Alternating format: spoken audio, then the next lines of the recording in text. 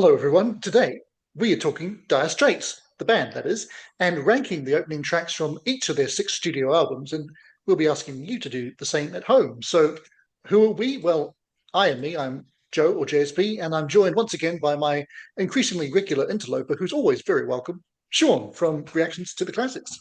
Hello, my friend. How you going? I'm doing well, man. How you doing? Appreciate you asking me in on this one.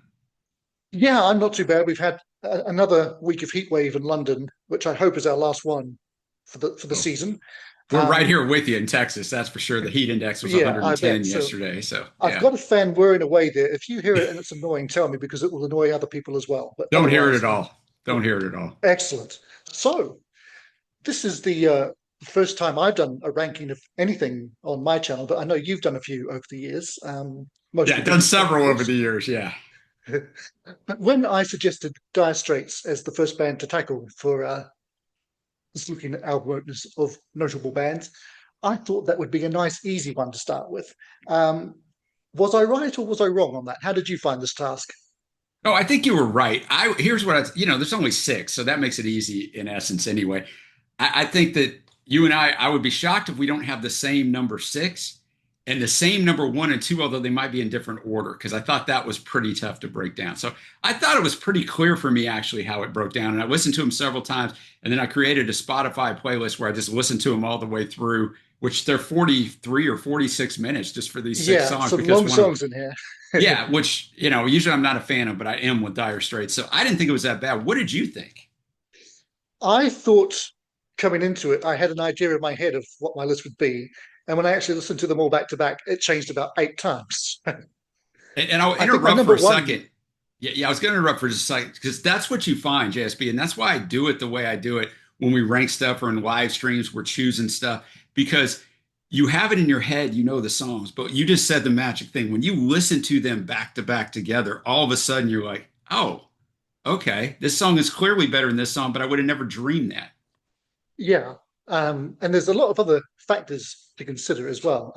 So it'll be interesting to see. I think you're right.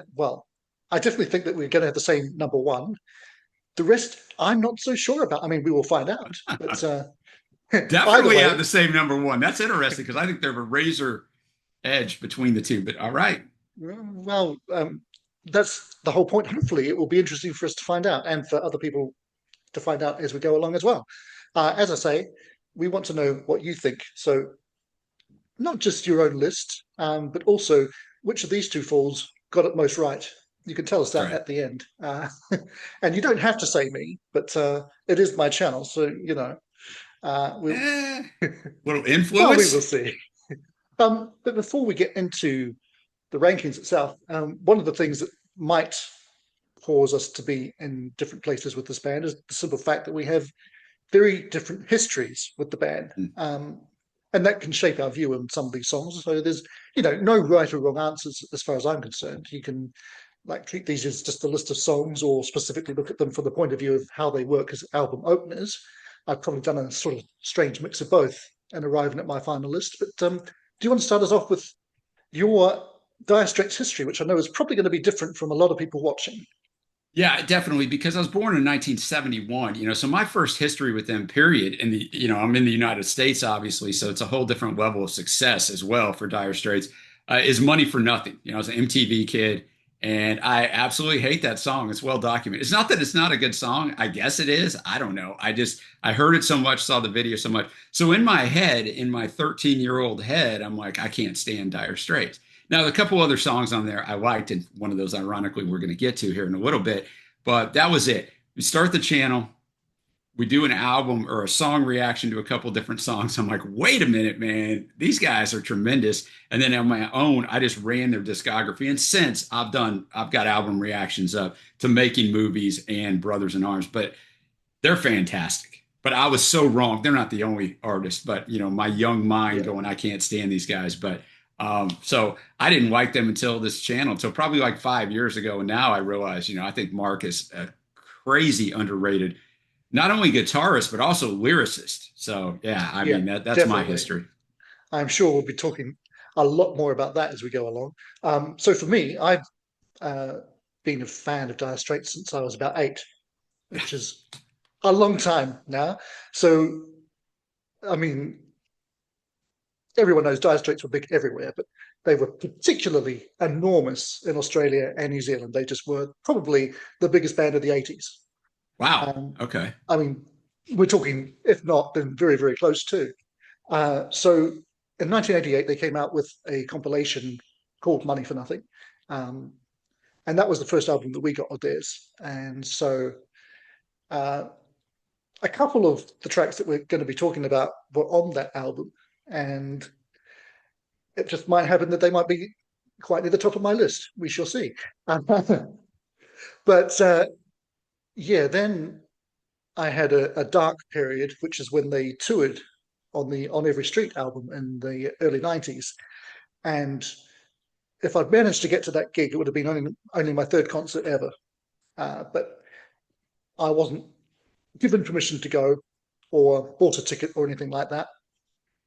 And then my friend whose family went was talking about how wonderful it was, and I was looking at them seething. And then his mum turns around and says to me, "Oh, kids could have gotten free with an adult. You could have come with us." Oh, that is rough. So I was devastated, and that kind of turned me off them for a little while. But nothing to do with the music or the band themselves, but just a tough experience when you're 11 or 12. Right. Yeah. Anyway, I've forgiven them. I have owned all of their albums apart from one. Currently, I have physical copies of the debut, and very recently I picked up On Every Street, which is a, a really rare thing for me that I used to own it and got rid of it because it was a bit boring, to be honest. So I've since been told that I'm wrong about that, and I'm going to revisit it properly. So far, I've only got to the first track. There's 11 more to go. Anyhow, that's my little history. That story has a sort of happy ending because when I first got to London 15 years ago now, almost the first concert I saw was Mark Knopfler at the Royal Albert Hall. Oh, Uh, and what can you say other than that was worth the wait? Um, yeah. So now I'm just going to address this as well. I don't know because we're doing this recording before I'm doing things like thumbnails and things, but I might well use a phrase in the thumbnail, something like worst to best. Now, some people are going to be upset by that right from the off. That is just a nice, easy little phrase. It's easy to understand. People will see it. That's why I'm using it. Really, we're talking, if anything, least favorite to most favorite, or however we decide to actually rank these in our own methodologies. But I don't think there's a worst track here. I don't know how you feel about that. there is a worse track. It's not bad though, but I see what you're saying, and I'm laughing because I've experienced this, of course, most famously with all our Beatles rankings. There's not a bad, like, yeah, I totally Yeah. get what you're saying there. And I got to ask you one question. You left something hanging there. You said you have physical copies of all but one album. Which album do you not have a physical copy of? I've never owned Love Over Gold. Okay, Um, just curious. yeah. If we were doing album closes, then I would say there is definitely a worse track. Play Boys Yeah. to Oh, yeah. Yeah. Cabaret. Yeah. Yeah. Unfortunately, yeah. Might be from the best album, but we're not ranking albums. Yes. We are doing songs, and we're going to get to it really soon, I promise you. So, just the specifics for this. We are basically ranking just the 6 songs that open the albums, where we might mention, but we're not really considering live versions of these songs. We're not considering single edits or video edits, and we're also not considering the extended dance EP thing. So we won't be including Twisting by the Pool as one of the tracks in our rankings, but if you at home want to do so, you are more than welcome to include it. So we will now do it in 3 rounds where we do 2 at a time, starting with our 6th and 5th favorites or whatever you want to call them. So Shawn, what are your number 6 and number 5? Number 6, Calling Elvis from that aforementioned On Every Street album. It didn't have a great amount of chart success. It did all right. It's not bad. I mean, Mark's guitar on here is still what it's always going to be, virtuoso performance. But for me, it borderlines on being, it's about a fan who thinks Elvis is still alive. It borders on being a little bit of a cheesy song for me. But it's still well done, and I'm sure if you were living it out in live time, that you're like, all right, they're back. But for me, it's just a song that, in comparison, as you said earlier, from the worst to best, compared to these other five, and really the top four, it's just not on the same level. Yeah, I sort of suspected that you might go that route. And I'll talk a bit more about that in a moment, that particular song. We're already diverging, though, I can tell you that much. But how about Wow. your Okay. number five? Number five. Also, it kind of surprised me in a little way going in because I like this song and a lot, but so far away from Brothers in Arms. Came their fourth top 20 hit when they really started having chart success in the US. It's a good song. It sounds very 1985, and you can take that two different ways. And you kind of had to sound very 1985 to be successful in 1985. So it's never a dagger at any of these artists when I say it sounds very much of the time, but it sounds Yeah, very much of the time. I do like it though. This kind of a chilled walk through this thing. But yeah, for me, it's going to fall at five, mainly just because the top four are absolute fire. So now you got me curious. I thought we were going to be the same on six. I should know we weren't going to be. What do you have? well, we'll keep talking about So Far Away, shall we? Because that is my number six, Okay, I thought it might and be then. that was again not what I was expecting when I came into it. But I came to the point of view of this is kind of a bit of a weird choice to open the album. Um, Yeah, as you say, it's pretty chill, pretty laid back, and it's not compared to what's to come on many of the other tracks. You haven't got the full-on storytelling that Mike really excels in as a lyricist. It's it's a well done song. It's a catchy song. I'm surprised that it was chosen in the UK at least to be the lead single from the album as well. yeah, Uh, yeah. and it did okay, but it wasn't the blockbuster that later singles were.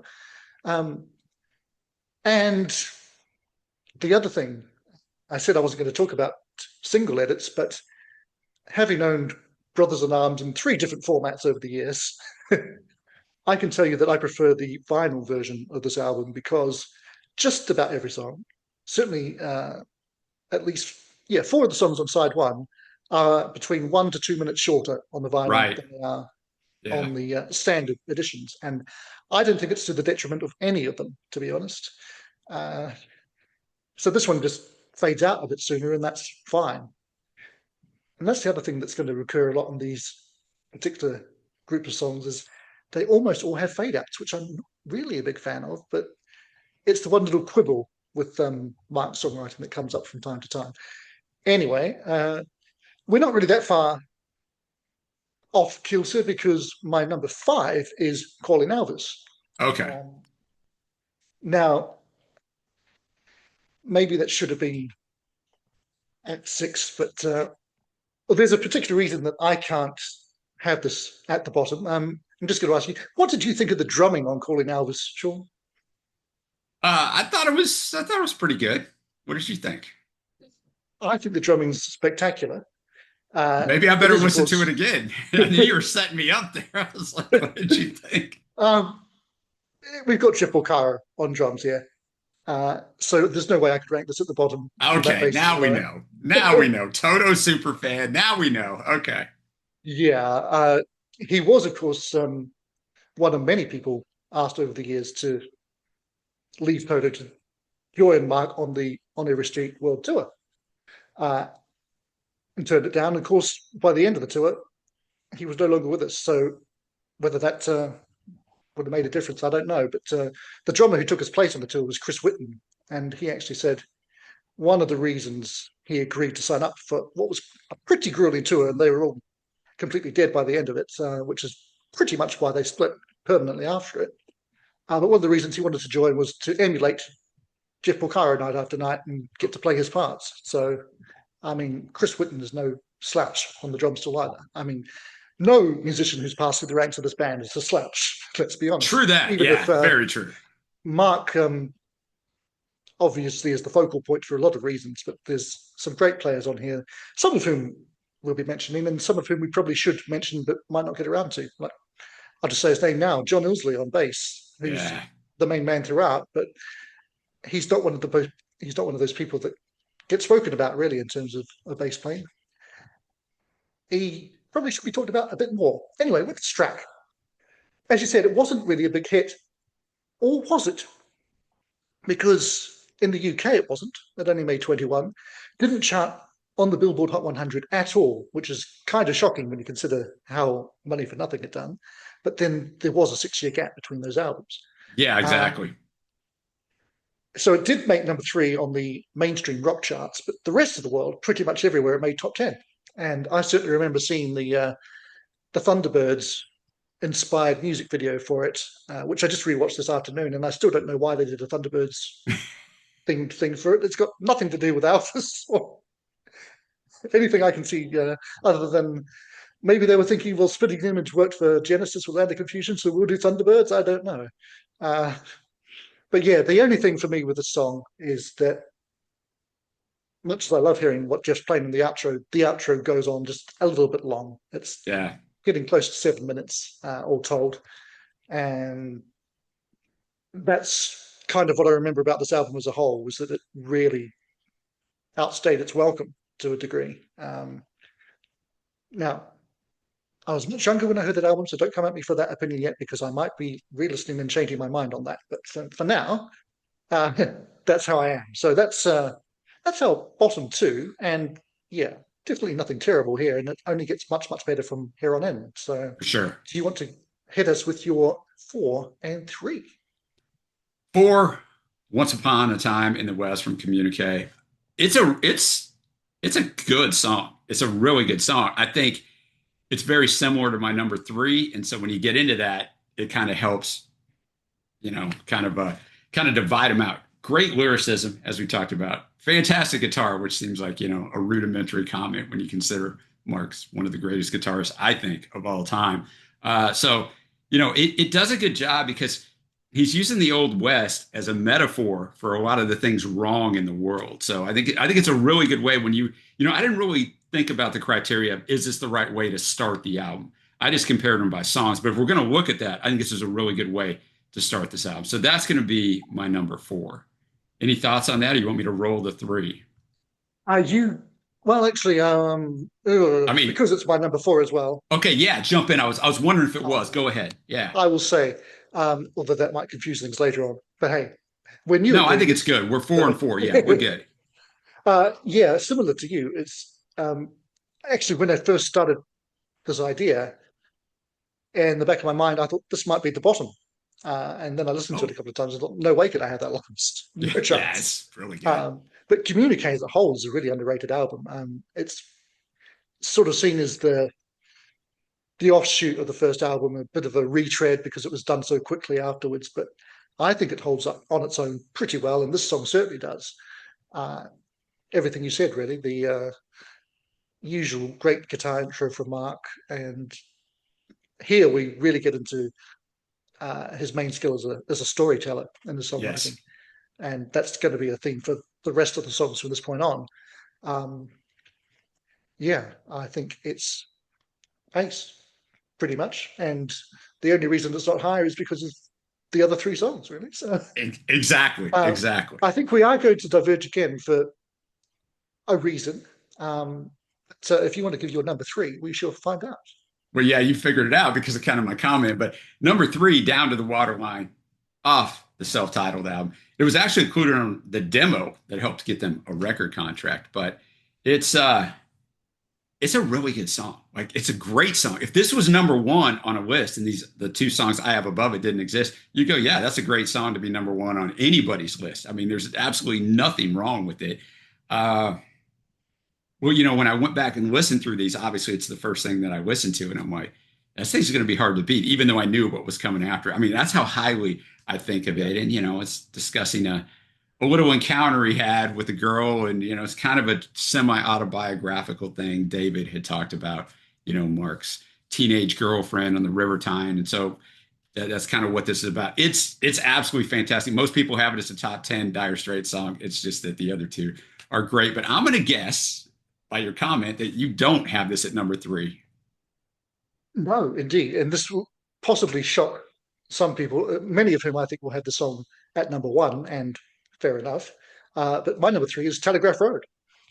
Um, Now, as we've already alluded to, Love Over Gold is the only album that I don't and never have owned by the band. And it's not because I don't think the opening song's good. It's not the case at all. I think it's amazing. Um, a couple of tracks that follow it I really don't like, which is probably why it's like, oh, there's Epic, there's two Yeah. tracks I don't really like, and then there's only two other things on it.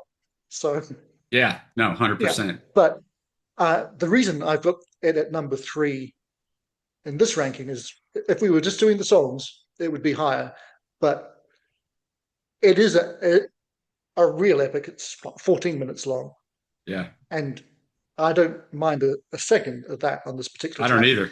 I don't either. But when it comes to being an opening track, it's like, are you shooting your load too much with this song?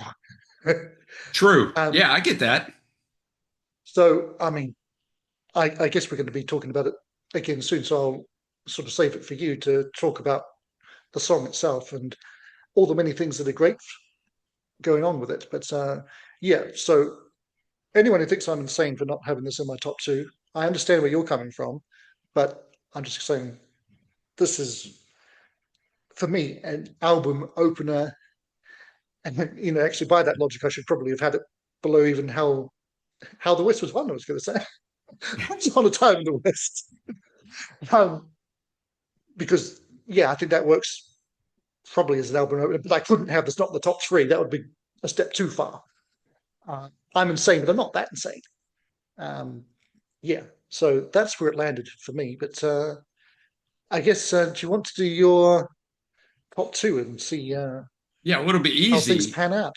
No, it'll be easy because it's a nice segue because I have Telegraph Road at number two. And like I said, I did not look at it as is this the right way to open an album? But the point you made is really a good point. And I think producers and record companies and artists have different theories on this. Obviously, we all know what these albums like. Do you want to open your album with by far the best song on the album?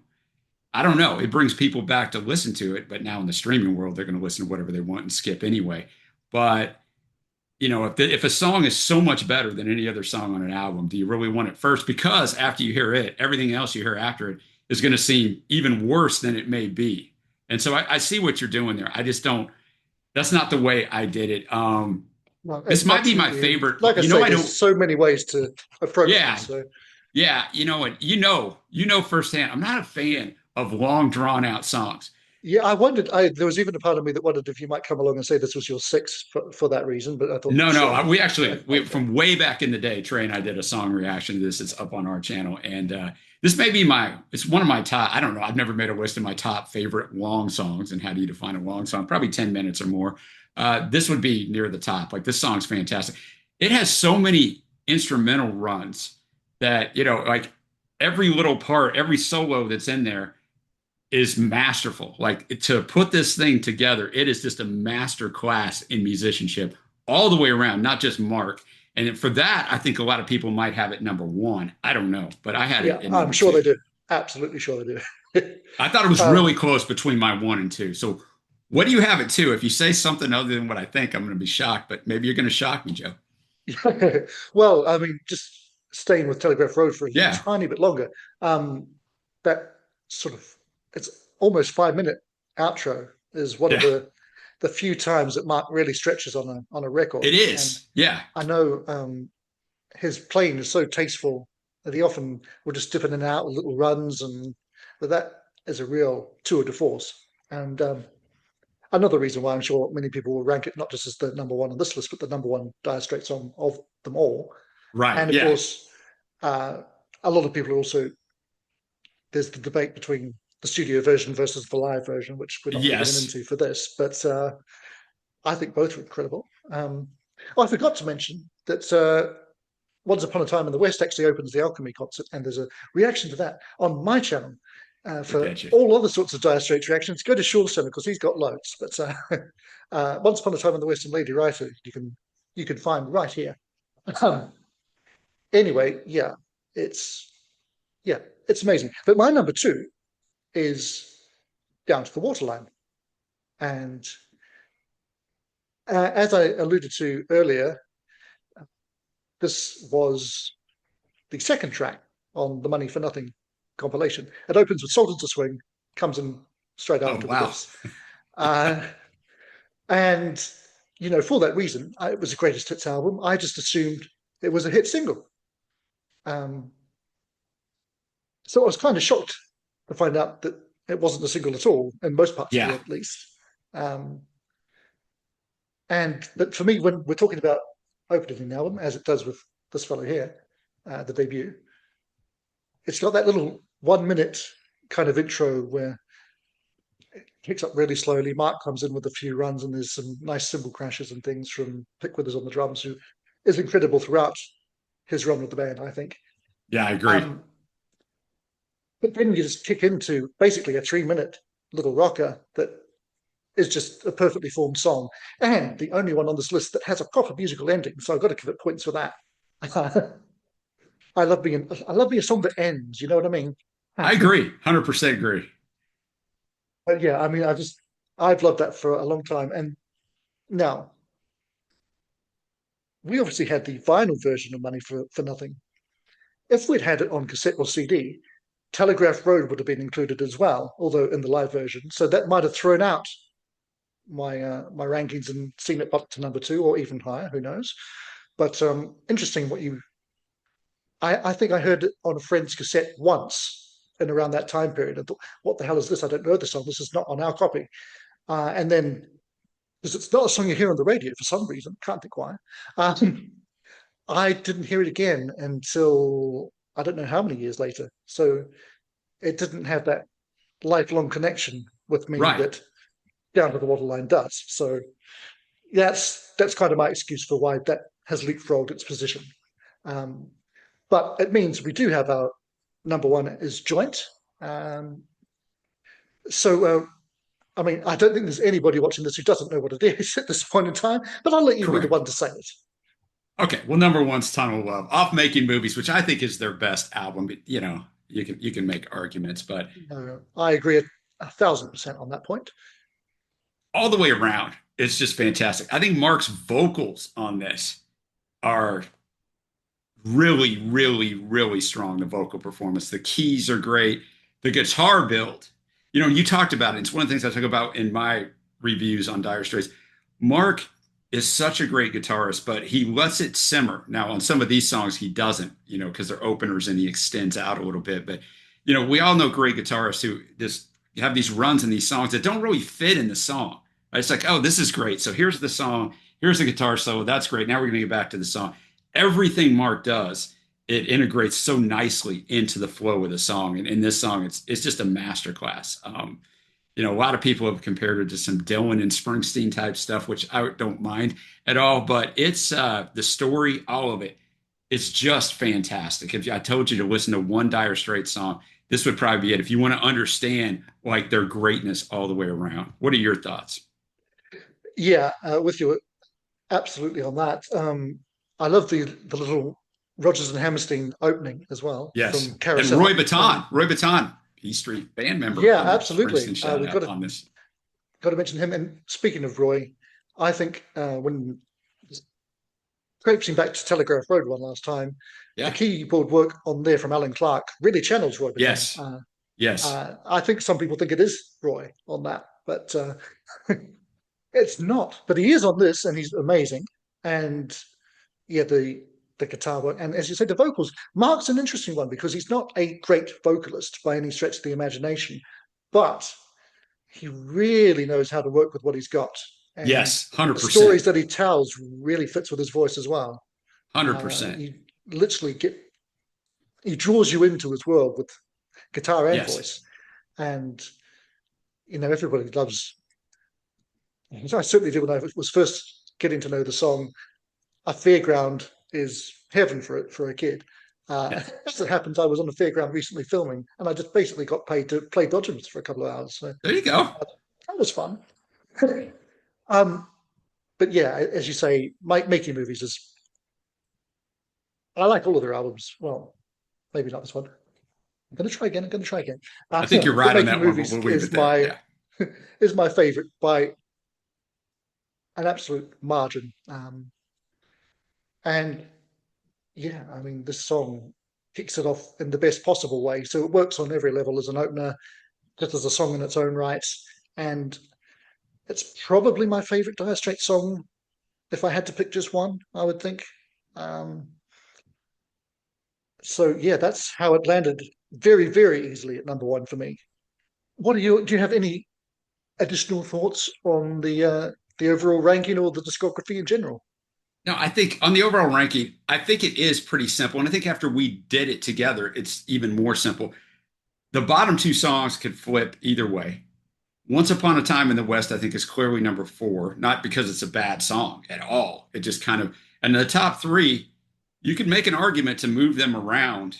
And like, there's not a wrong answer, but I think there's definitely a Yeah, standout top three, one in the middle and two there at the bottom. But as you said at the start, with the whole worst to best, none of them are worst. They're all really good songs in the showcase of musicianship. And I think that's one thing that you could kind of summarize Dire Straits as professional musicians. Like everybody's good. You said it, or you're not going to play with Dire Straits if you're not good.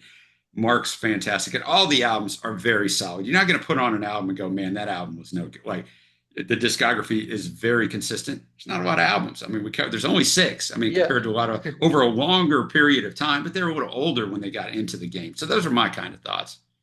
yeah. I agree entirely. And yeah, as I said to you out there, you of course are welcome to agree or disagree with anything or everything that we've said. So do drop your lists down below and let us know.